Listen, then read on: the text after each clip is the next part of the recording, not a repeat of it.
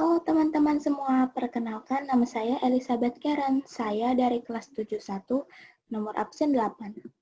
Hari ini saya ingin menceritakan salah satu tokoh Alkitab bernama Musa yang merupakan salah satu nabi dan salah satu penulis Alkitab. Nah, nama Musa ini berarti orang yang diambil dari air. Nabi Musa dilahirkan di Gosen, Mesir. Ayahnya bernama Amram dan ibunya bernama Yokebed. Ia memiliki dua saudara kandung, yaitu Harun dan Miriam. Selama hidupnya, ia bekerja sebagai pengantara Allah, pemberi hukum, nabi, dan pemimpin bangsa. Ia menikah dengan Zipora, anak Yitro, dan memiliki dua anak bernama Gersom dan Eliezer. Kemudian, ia meninggal di Gunung Nebo, Moab atau Yordania modern pada umur 120 tahun. Musa adalah seorang yang diutus oleh Allah untuk pergi membebaskan bangsa Israel dari perbudakan Mesir dan menuntun mereka pada tanah perjanjian yang dijanjikan Allah kepada Abraham, yaitu tanah Kanaan. Musa harus melewati berbagai macam rintangan sebelum akhirnya benar-benar menerima mandat sebagai orang yang diutus oleh Allah untuk membebaskan bangsa Israel. Seperti misalnya hampir dibunuh ketika bayi, dikejar-kejar oleh Firaun, sampai harus menjalani hidup sebagai pengembala di Midian selama 40 tahun.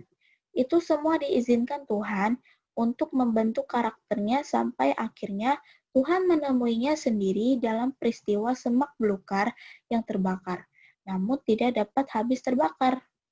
Ketika Musa sudah menerima mandat untuk membebaskan bangsa Israel, kuasa Tuhan mulai menyertai Musa, ditandai dengan adanya mukjizat-mukjizat yang diadakan oleh Tuhan melalui Musa, baik ketika masa pembebasan Israel dengan tulah-tulah, maupun ketika masa perjalanan bangsa Israel ke Kanaan. Musa memimpin bangsa Israel dari Mesir menuju tanah perjanjian yang berlimpah susu dan madunya, yaitu tanah Kanaan.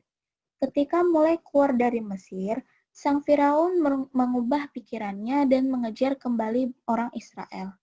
Musa kemudian membelah Laut Mati sehingga rakyat Israel yang hampir terkejar dapat menyeberang dan kemudian Musa menenggelamkan para pengejar yang berusaha menangkap kembali orang Israel. Selama perjalanan, bangsa Israel terus mengeluh dan mencobai Allah, sehingga Allah marah dan menghukum Israel mengembara di padang pasir 40 tahun.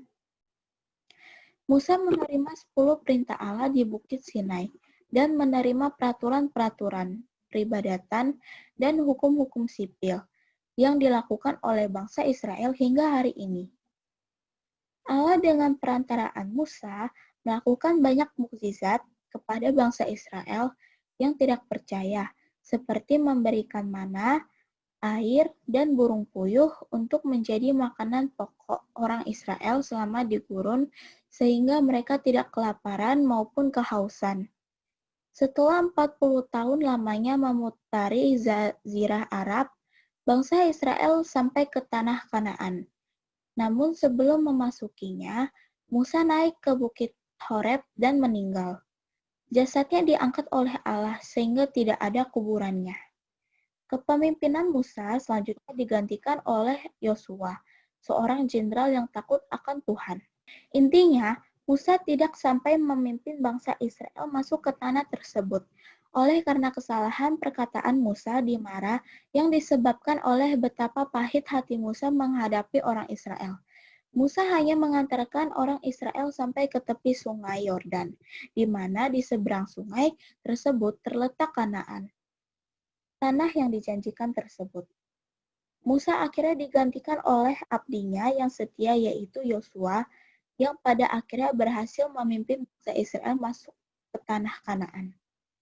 Sekian ceritanya tentang Nabi Musa. Semoga video ini bermanfaat ya teman-teman.